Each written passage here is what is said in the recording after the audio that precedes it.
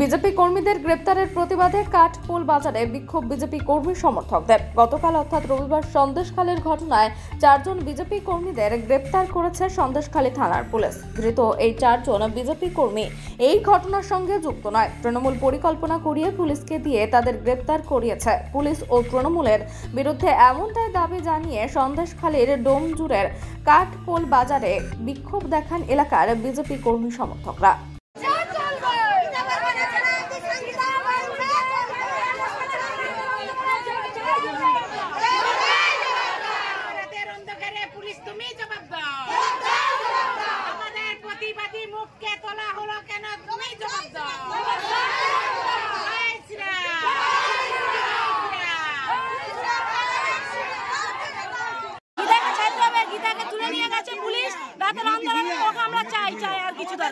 শুধু ওকে আপনারা কেন বিক্ষোভ দেখাচ্ছেন? একটুখানি হয়ে গেছে। গঙ্গাধর কোয়েল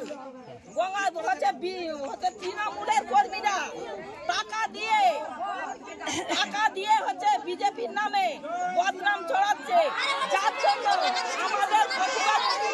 আমাদের প্রতিবাদ কেন আমাদের নামে মিথ্যা বদনাম দেবে, তার জন্য আমরা প্রতিবাদ করছি।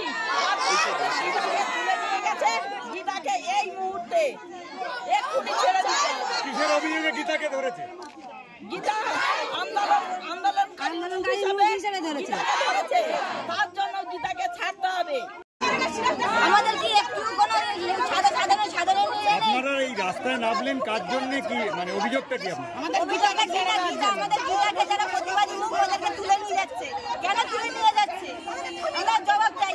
পুলিশ কেন সিরাজকে ধরছে না? সিরাজের তো এটা হয়ে গেছে, তাহলে এদেরকে কেন ধরছে? এরা প্রতিবাদ করছে বলে আপনারা চাইছেন কি? আমরা চাইছি আমাদের এই গীতা বরকে ছেড়ে দিই আর সিরাজকে ধরুন। সিরাজকে